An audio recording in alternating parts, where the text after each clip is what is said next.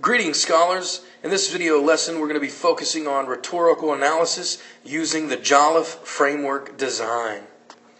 Now, you've received a handout like this, so go ahead and get it out, right? This is Jolliffe's rhetorical analysis framework design. Make sure and annotate, take notes, write down any questions that you may have for the next day in class. So let's take a look, though. Let's break down the framework. The first thing we notice are there are three major components of Jolliffe's rhetorical analysis framework. First, we have the rhetorical situation, which is comprised of exigence, audience, and purpose. Then we have our appeals, which begin with logos, ethos, and then pathos. And Jolliffe puts tone in here because he sees the connection between the rhetorical appeals and the creation of tone. So it's important that we derive our tone from those three appeals.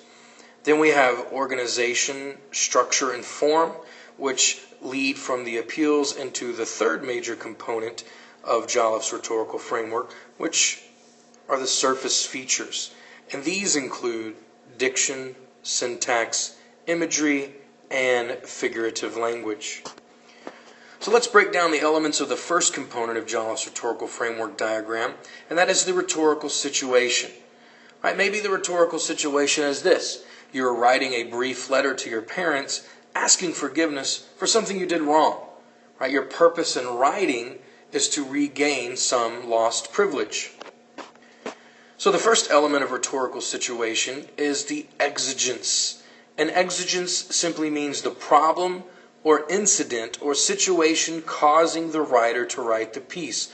What prompted the writing of the piece? This is the most important question to ask yourself when you're writing a persuasive piece or when you're analyzing an AP passage to understand the rhetorical exigence.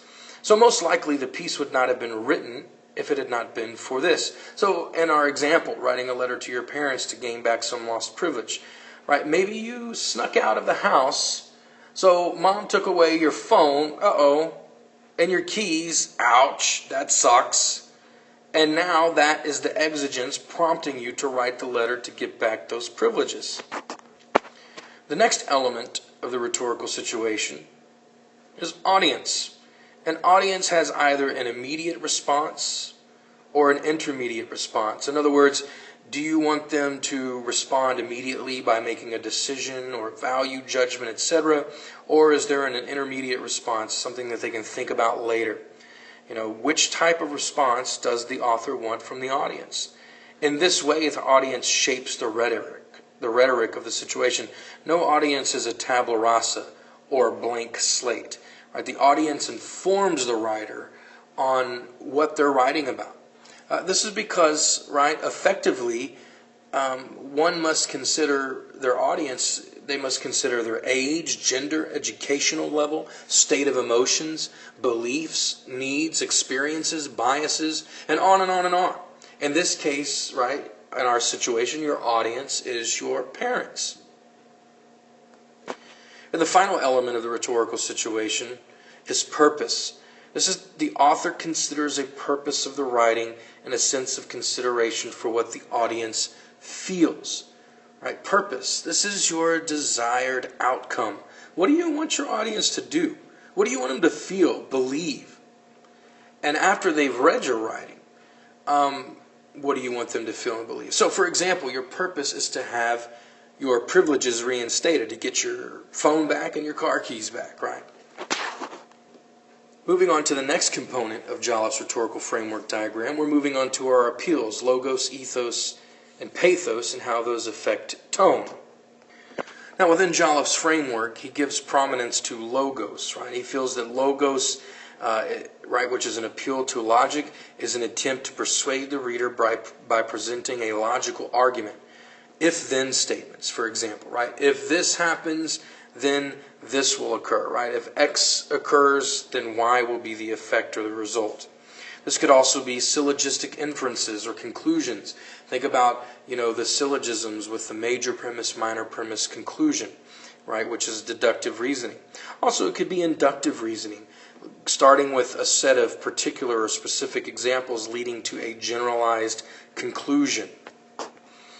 Also, logos can take the form of concrete examples, data, cause and effect statements, comparisons, and analogies. Look back to our example of writing a letter to your parents to get your privileges back. You might logically use the following. You know, Mom, I now know the consequences of sneaking out, so I won't do it again, I promise. You know, look, you're wasting money each week paying insurance on my car to sit in the driveway. I mean, how logical is that? You can't get a hold of me quickly without my phone either. What if something happens, if there's an emergency? Then you won't be able to get a hold of me. So appeals to logos are extremely powerful. They are the central appeal of anything, is that it must be logical. Without logic, nothing that follows is reasonable, and you're going to lose your reader. So you must consider the logos within the author's writing. The next appeal we're going to focus on, ethos. Right, this is the ethical appeal. It's an attempt to persuade based on moral grounds or ethical grounds. Right versus wrong, and good versus evil. Think about it, right? Credibility can be built on your good reputation, your honor, education, experience, dependability, etc. So what is it about you that makes your audience believe your argument?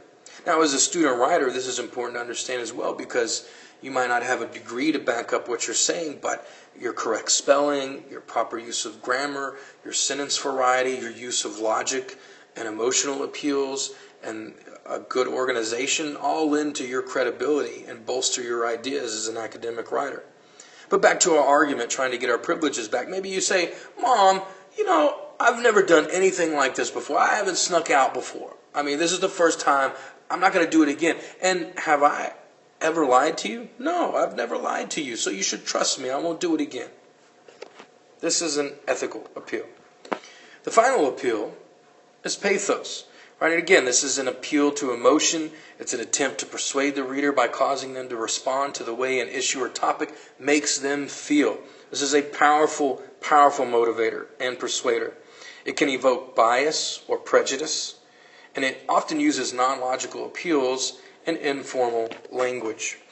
Again, this is an attempt to persuade the reader through their emotions: fear, love, pride, shame, pity, sympathy, etc. And these are strong motivators. To our example, you might tell your mom, you know, you never trust me. I try and try to please you, but gosh, you never give me a second chance. Right? This evokes pity and sympathy and trying to persuade your parents to give you back your privileges. So within Jolliffe's framework, he situates tone in this area because he feels that, right, by analyzing logos, ethos, and pathos, we'll be able to derive some idea about the tone, and they should match those specific appeals. So again, you must understand the logos, ethos, and pathos to understand the tone.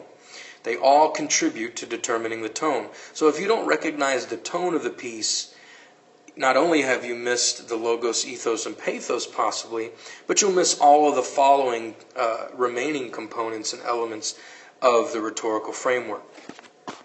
So just to review, right, what is tone? It's the writer's or speaker's attitude toward a subject, character, or audience. And this is often conveyed through the author's choice of words, diction, word order, syntax, or the detail, imagery, and language, right? The figurative language, metaphors, hyperbole, irony, simile, etc. Now again, you should refer to the associative terms on the back of your analytical voice chart, or even in the reading section of your binder, where I've already given you a sheet similar to this one listing a lot of different tone words. And again, if you don't know what a tone word means, whether if, like, you see impious or pretentious or presumptuous or vindictive, well, look those words up. And it might help you to understand a particular tone of a passage. So now let's take a look at another component and element of the framework, which is organization, structure, and form. And this leads from the appeals down into our surface features. But again, when we're focused on the organization and structure and form of a passage, always work chronologically when analyzing a piece of literature. You cannot identify shifts in tone and other elements if you don't look at it chronologically. Furthermore, Whether we're writing or analyzing a passage, we must consider which angle we're going to come from first and second, and then what we're going to say at the end to kind of cinch or tie up our appeals. Okay, so looking at the final component of Jolliffe's rhetorical framework diagram are the surface features, right?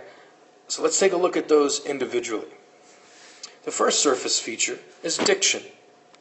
What is diction? Again, a review. Diction is word choice intended to convey a certain effect, to communicate ideas and impressions, to evoke emotions, and to convey your views of truth to the reader.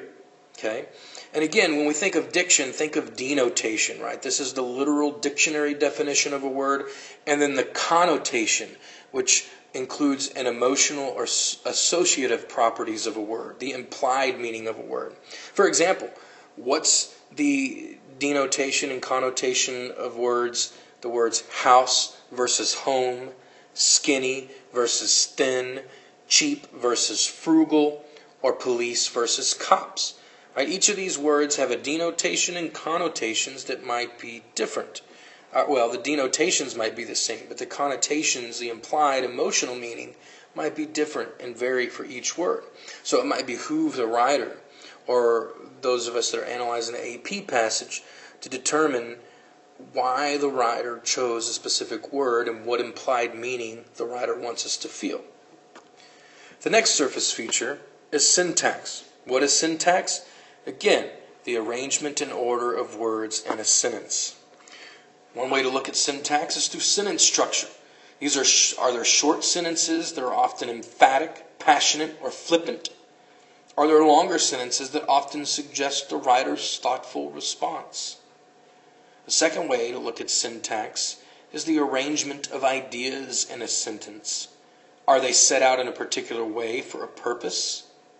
Thirdly, we can look at the arrangement of ideas in a paragraph. Is there evidence of any pattern or structure within the paragraph? And the final two elements of surface features in our framework diagram are imagery and figurative language. This is the use of language to appeal to the senses, right? That's imagery, the concrete imagery, touch, taste, sight, smell, and hearing. This is what ties us as readers to the passage. Now, sometimes these can be used also with figurative language such as simile, metaphor, allusion, alliteration, etc. So, let's sum up the surface features. These consider how surface features contribute to the message. Right? Syntactical elements are usually there for either parallelism, similarities, or differences. All of those multisyllabic terms are there to show how things in the piece are the same or different. Right? Is there antithesis, parallelism, contrast, etc.? And then figurative language is metaphorical. Therefore, it makes abstract ideas concrete. So this concludes our lesson on Jolliffe's rhetorical framework diagram. Again, this is relevant and parallels our soapstone and the analytical voice chart. So again, this is just another tool that we can use that we're going to filter through AP passages when we read and analyze them for their rhetorical properties and persuasive properties. And it'll also help you as a writer determine how to use these components in your own writing. So study this, write down questions, make sure that you're prepared to use it for an assignment in class for the rest of the year and in your own writing. So brace yourself, it's time for rhetorical analysis.